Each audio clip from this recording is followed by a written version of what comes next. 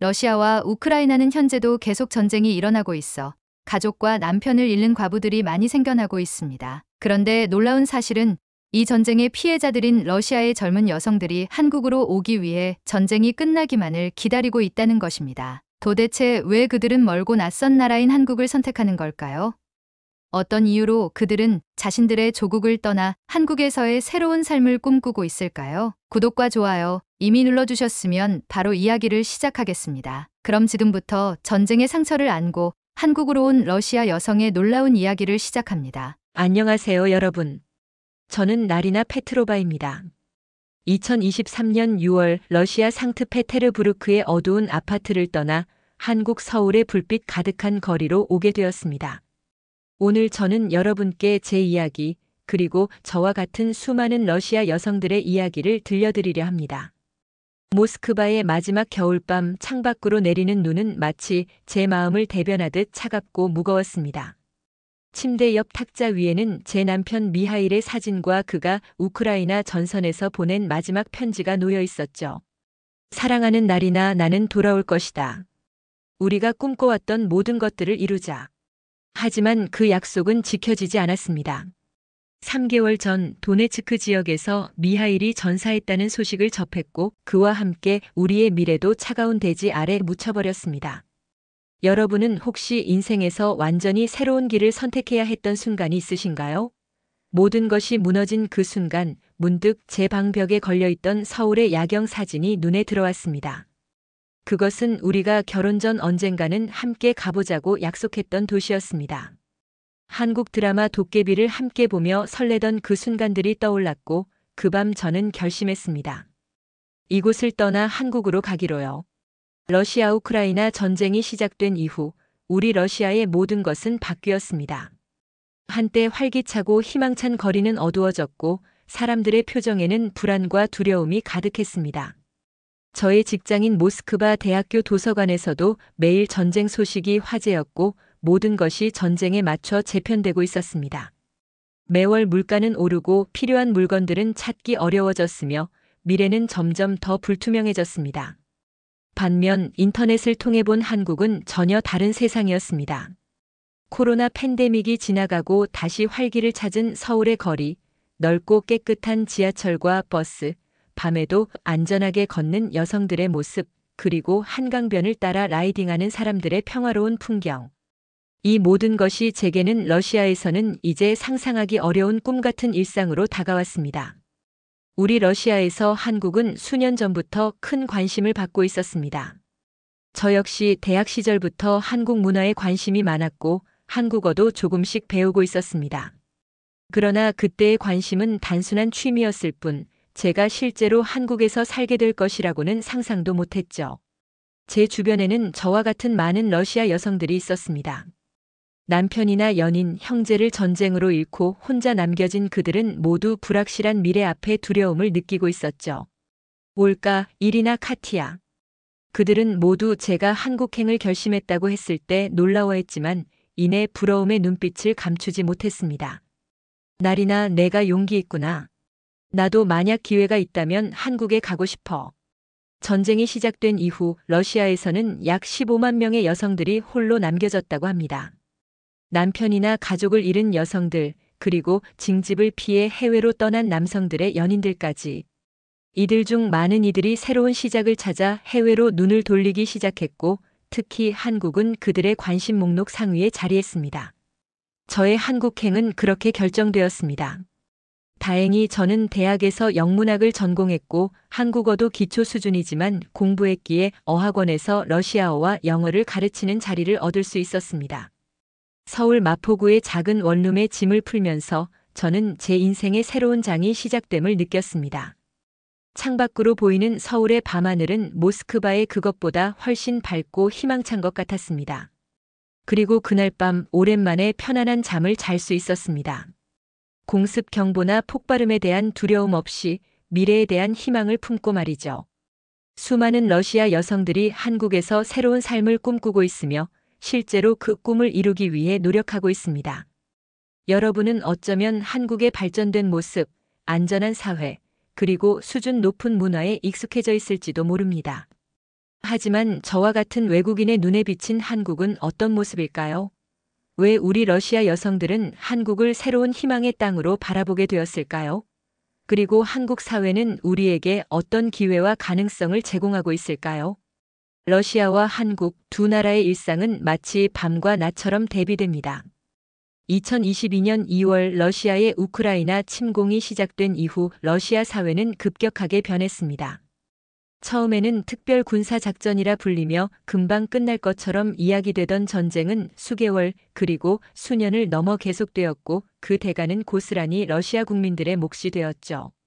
경제 제재로 인해 외국 기업들이 하나둘 러시아를 떠나기 시작했고 일상적으로 사용하던 제품들이 시장에서 사라졌습니다. 상트페테르부르크의 겨울은 원래도 길고 추웠지만 전쟁 이후의 겨울은 더욱 혹독했습니다. 에너지 수출 제한으로 인해 국내 난방 시스템에도 문제가 생기기 시작했고 정전은 일상이 되었습니다. 가끔씩 제 아파트에서는 난방이 갑자기 중단되어 영하 20도의 날씨에 담요를 몇 겹이나 덮고 잠들어야 했습니다. 이게 21세기 러시아의 모습인가? 전쟁 전까지만 해도 러시아는 강대국으로서의 자부심을 가지고 있었지만 이제는 그저 생존을 위해 하루하루를 버티는 나라가 되어버렸습니다. 물가는 계속해서 올랐고 루블화 가치는 폭락했습니다. 제가 대학 도서관에서 받던 월급으로는 기본적인 생활비를 감당하기도 어려워졌죠.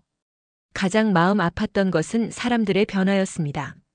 전쟁 이전에 러시아인들은 친절하고 문화적인 자부심이 강했습니다.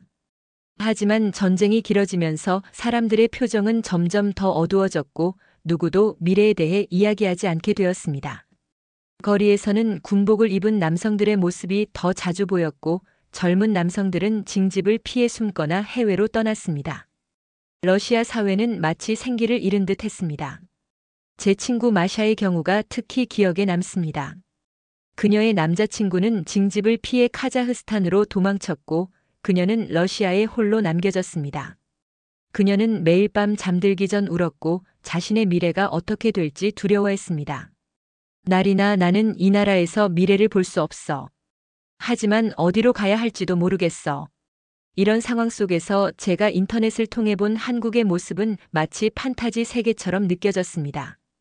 특히 밤에도 환하게 빛나는 서울의 야경 사진들을 볼 때마다 러시아의 에너지 위기로 어두워진 모스크바와 상트페테르부르크의 거리가 대비되어 더욱 마음이 아팠습니다.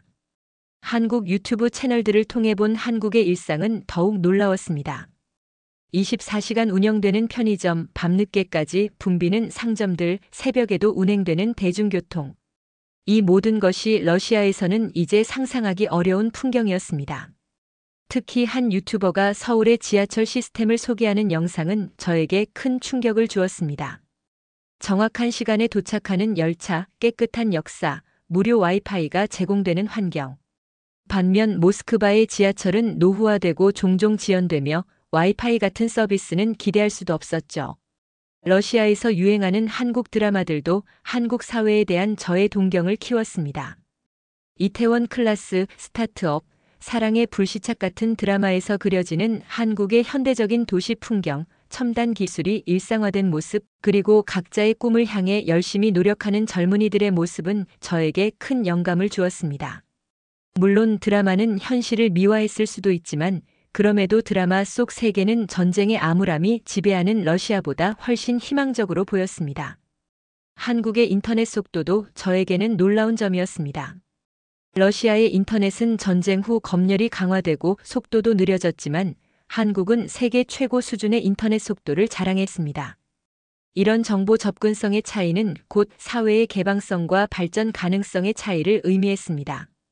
정보가 자유롭게 흐르는 사회는 그만큼 발전 가능성이 높고 구성원들의 기회도 많을 것이라 생각했습니다.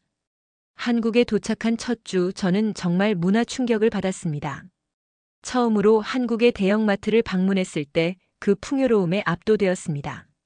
러시아에서는 이미 구하기 어려워진 수입식품들, 다양한 브랜드의 제품들, 그리고 무엇보다 식료품 가격이 안정적이라는 사실이 놀라웠습니다. 러시아에서는 매주 장을 볼 때마다 물가가 올라 있었지만 한국에서는 가격 변동이 크지 않았습니다. 서울 시내를 처음 걸었을 때의 느낌도 잊을 수 없습니다. 깨끗한 거리, 효율적인 쓰레기 분리수거 시스템, 그리고 무엇보다 사람들의 활기찬 모습에 감동받았습니다.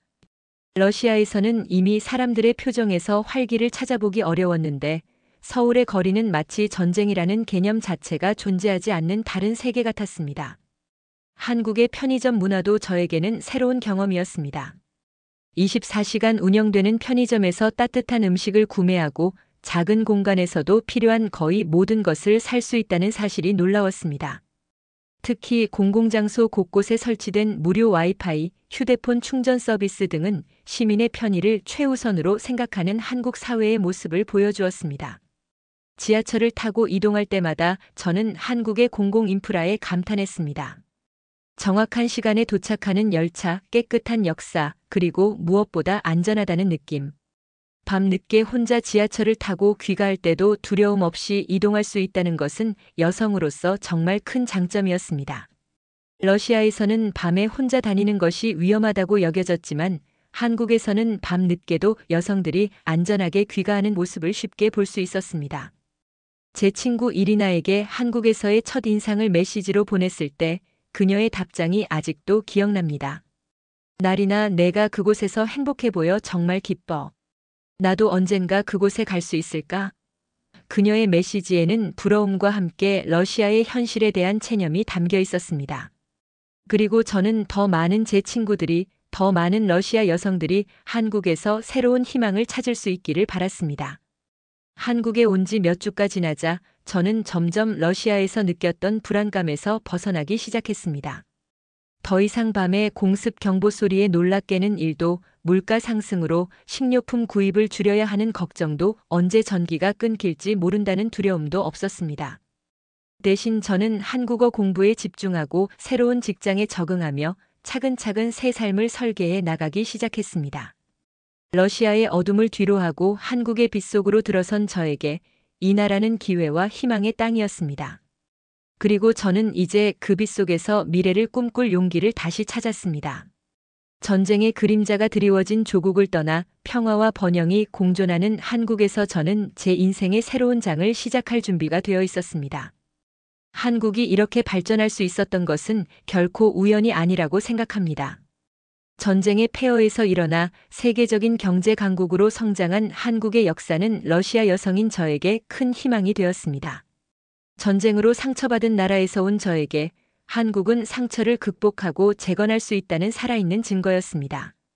그리고 이제 저는 그 역사의 일부가 되어 한국에서 제 인생의 새로운 역사를 쓰고 있습니다. 여성의 안전은 모든 사회의 가장 기본적인 척도라고 생각하기 때문입니다. 러시아에서 여성으로 살아간다는 것은 항상 경계를 늦추지 않는 삶을 의미합니다. 특히 전쟁 이후 상황은 더욱 악화되었습니다. 젊은 남성들이 전쟁터로 떠나거나 징집을 피해 해외로 도피하면서 거리에는 전쟁으로 인한 정신적 트라우마를 안고 돌아온 군인들이나 소외된 계층의 남성들이 많아졌습니다. 이는 곧 여성에 대한 범죄 증가로 이어졌습니다. 제 친구 카티아는 2022년 겨울 저녁 7시경 집으로 귀가하던 중 낯선 남성에게 공격을 당했습니다. 다행히 근처에 있던 행인의 도움으로 큰 피해는 없었지만 그 이후 그녀는 해가 지면 절대 혼자 밖에 나가지 않았습니다. 이런 일은 카티아에게만 일어난 것이 아닙니다. 제 주변의 많은 여성들이 비슷한 경험을 했고 우리 모두는 밤에 혼자 걷는 것을 두려워했습니다. 러시아의 공식 통계에 따르면 전쟁 이후 가정폭력 사건이 30% 이상 증가했다고 합니다. 하지만 실제 수치는 이보다 훨씬 더 높을 것입니다. 많은 피해자들이 신고를 꺼리기 때문입니다. 더 충격적인 것은 2017년 러시아에서 가정폭력이 일부 비범죄화되었다는 사실입니다. 처음 발생한 경미한 폭력은 행정 위반으로 간주되어 벌금형에 그치는 경우가 많아졌습니다. 이는 여성들에게 내 문제는 중요하지 않다는 메시지를 보내는 것과 같았습니다. 모스크바에서는 여성들이 서로를 보호하기 위한 비공식 네트워크를 만들어 운영했습니다. 우리는 SNS 그룹을 통해 안전한 귀가 경로를 공유하고 때로는 서로 동행해주기도 했습니다. 버스나 지하철에서 수상한 남성을 발견하면 다른 여성들에게 조용히 경고하기도 했죠. 이런 자구책이 필요할 정도로 여성의 안전은 보장되지 않았습니다. 한국에 도착한 첫날, 저는 이런 습관을 버리지 못했습니다. 숙소로 가는 길에 계속 주변을 경계하며 걸었고 어두운 골목길은 피해 돌아갔습니다. 하지만 곧 이런 행동이 한국에서는 크게 필요하지 않다는 것을 깨달았습니다. 서울의 거리는 밤에도 밝았고 CCTV가 곳곳에 설치되어 있었으며 무엇보다 사람들이 자연스럽게 늦은 시간까지 거리를 활보하고 있었습니다. 가장 놀라웠던 것은 밤 11시가 넘어도 공원에서 조깅을 하는 여성들의 모습이었습니다. 러시아에서는 상상할 수 없는 광경이었습니다. 한 번은 용기를 내어 밤 10시에 한강공원을 걸어봤는데 그곳에는 여전히 많은 사람들이 있었고 여성들이 혼자서 또는 친구들과 함께 여유롭게 산책하고 있었습니다. 그 순간 느낀 안도감은 말로 표현하기 어렵습니다. 마치 오랜 시간 무거운 갑옷을 벗어던진 것 같은 해방감이었습니다. 한국의 치안 상태는 전 세계적으로도 매우 높은 수준입니다. 가장 중요한 변화는 한국어 학습에 대한 열풍이었습니다. 많은 러시아 젊은이들, 특히 여성들이 한국어를 배우기 시작했습니다. 대학의 한국어 강좌는 늘 수강 신청이 조기에 마감되었고 사설 어학원의 한국어 반도 빠르게 자리가 찼습니다. 저도 대학에서 부전공으로 한국어를 선택했고 독학으로도 꾸준히 공부했습니다. 한국어를 배우는 이유는 다양했습니다. 한국 드라마나 노래를 자막 없이 이해하고 싶은 마음도 있었고 한국 회사에 취업하거나 한국에서 유학하고 싶은 실용적인 목표도 있었습니다. 그리고 많은 여성들에게는 언젠가 한국으로 이주해 새 삶을 시작하고 싶다는 꿈이 있었습니다. 러시아에서 전 러시아 대학생 한국어 올림피아드와 같은 한국어 경연 대회가 열리곤 했는데 이런 행사에는 항상 많은 참가자들이 몰렸습니다. 참가자들은 한국의 역사, 문화, 사회에 대한 깊은 지식을 보여주었고 한국어로 유창하게 발표하는 모습이 인상적이었습니다. 이런 한류의 영향으로 러시아 여성들은 한국에 대해 안전하고 발전된 기회의 나라라는 긍정적인 이미지를 형성하게 되었습니다.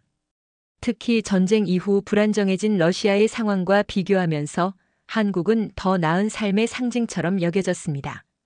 한국에 온 후 몇 달 동안 저는 서울의 곳곳을 드라마 속 장면들과 비교하며 돌아다녔습니다. 이태원 클라스의 단밤 포차가 있던 곳, 도깨비의 주인공이 걸었던 거리, 별에서 온 그대의 치맥 장면이 촬영된 식당. 이런 장소들을 방문하는 것은 마치 오랫동안 꿈꿔왔던 세계에 실제로 발을 들이는 것 같은 느낌이었습니다. 한국에서 만난 러시아 출신 친구들도 대부분 한류의 영향으로 한국에 오게 되었다고 합니다. 상트페테르부르크 출신의 율리아는 방탄소년단의 열성 팬이었고 모스크바에서 온 소피아는 한국 영화의 매력에 빠져 영화 연구를 위해 한국에 왔습니다. 이렇게 다양한 한류 콘텐츠들이 각기 다른 방식으로 러시아 여성들의 마음을 사로잡고 있었습니다. 한국 문화에 대한 이해는 한국 사회에 적응하는 데도 큰 도움이 되었습니다. 드라마나 영화를 통해 이미 한국의 예절, 관습, 사회적 규범 등에 대해 어느 정도 알고 있었기 때문에 문화 충격이 덜했습니다. 물론 실제 한국 생활은 드라마와 다른 부분도 많았지만 기본적인 이해가 있는 상태에서 새로운 것을 배우는 것은 훨씬 수월했습니다. 한류의 영향력은 전쟁 중에도 러시아와 한국 사이의 문화적 가교 역할을 했습니다. 양국 정부 간의 관계가 경색되었더라도 민간 차원에서의 문화 교류는 계속되었고 이는 미래의 관계 회복을 위한 씨앗이 될 것입니다. 한국에서 직업 경력을 쌓는 것은 제 미래를 위한 투자이기도 합니다. 국제적으로 인정받는 한국 기업에서의 경력은 향후 어떤 나라에서 일하게 되더라도 큰 자산이 될 것입니다. 러시아에서의 경력은 전쟁 이후 국제적 인정을 받기 어려워진 반면 한국에서의 경력은 글로벌 시장에서 가치를 인정받습니다. 한국에서 일하면서 제가 가장 감사하게 생각하는 것은 존중받는 느낌입니다. 러시아에서는 특히 전쟁 이후 젊은 여성들의 의견이나 역량이 종종 무시되는 경향이 있었습니다. 하지만 한국 직장에서는 제 의견이 경청되고 제 전문성이 인정받는다고 느꼈습니다. 이런 존중은 자존감을 높이고 더 나은 성과를 내도록 동기를 부여했습니다. 한국에서 일하면서 제가 깨달은 중요한 사실은 일이 단순한 생계 수단을 넘어 자아실현과 사회 기여의 도구가 될 수 있다는 것입니다. 러시아에서는 전쟁 이후 많은 사람들이 그저 생존을 위해 일했지만 한국에서는 자신의 가치와 능력을 인정받으며 성장하는 경험을 할 수 있었습니다. 마지막으로 한국에서의 직장 생활은 제게 희망을 주었습니다. 전쟁으로 인해 모든 것이 불확실해진 러시아에서 한국은 제가 다시 꿈을 꾸고 미래를 계획할 수 있게 해주었습니다. 이런 희망은 돈으로 살 수 없는 가장 소중한 선물이었습니다. 한국에서의 직장과 일상생활 경험은 저에게 새로운 시각을 제공했습니다. 체계적인 업무 환경, 성과 중심의 평가, 일과 삶의 균형, 그리고 미래에 대한 희망. 이 모든 것이 모여 제가 한국에서 새 삶을 시작할 수 있는 견고한 기반이 되었습니다. 그리고 저는 이런 경험을 통해 더 나은 사람, 더 나은 전문가로 성장하고 있습니다. 문화적 차이에 적응하는 것도 큰 과제였습니다. 한국은 러시아보다 훨씬 집단주의적이고 위계 질서를 중요시하는 사회입니다. 처음에는 이런 문화적 차이 때문에 오해가 생기기도 했습니다. 예를 들어 러시아에서는 상사에게도 직접적으로 의견을 표현하는 것이 일반적인데 한국에서는 이런 행동이 무례하게 여겨질 수 있다는 것을 배웠습니다. 또한 한국의 눈치라는 개념도 이해하는데 시간이 걸렸습니다. 러시아에서는 말로 명확하게 표현하는 것이 중요한데 한국에서는 종종 말로 표현하지 않아도 상황을 파악하고 적절하게 행동하는 것이 중요했습니다. 이런 문화적 차이를 이해하고 적응하기 위해 한국 친구들의 조언을 많이 구했고 한국 드라마나 예능 프로그램을 통해 한국인들의 소통 방식을 학습했습니다. 한국의 빨리빨리 문화도 처음에는 적응하기 어려웠습니다. 러시아에서는 일의 속도보다 정확성이 더 중요시되는 경우가 많은데 한국에서는 빠른 속도와 효율성이 강조되었습니다. 하지만 이런 차이점들이 오히려 제가 더 유연하고 다양한 상황에 적응할 수 있는 능력을 키워주었다고 생각합니다. 문화적 충격은 단순한 장애물이 아니라 세상을 다른 관점에서 바라볼 수 있게 해주는 창문이었습니다. 러시아와 한국 두 나라의 문화를 모두 경험함으로써 저는 더 넓은 시야와 더 깊은 이해력을 갖게 되었습니다. 한국 생활 초기에는 모든 것이 새롭고 신기했습니다. 서울의 높은 빌딩들, 복잡한 지하철 노선도 24시간 불이 꺼지지 않는 도시의 활기. 이 모든 것이 마치 영화 속 장면처럼 느껴졌습니다. 하지만 시간이 지나면서 이런 신기함은 점차 익숙함으로 바뀌어 갔고 한국은 방문하는 곳에서 사는 곳으로 변화했습니다. 처음으로 이런 변화를 느낀 것은 제가 한국에 온 지 약 6개월 정도 되었을 때였습니다. 퇴근 후 집으로 돌아가는 지하철에서 문득 깨달았습니다. 더 이상 주변을 의식하며 관광객처럼 구경하지 않고 다른 승객들처럼 자연스럽게 핸드폰을 보거나 책을 읽고 있었던 것입니다. 그때 나도 이제 서울 사람이 되어가고 있구나라는 생각이 들었고 묘한 성취감과 뿌듯함을 느꼈습니다. 이제 저는 러시아와 한국 문화 사이의 다리가 되어가고 있다고 느낍니다.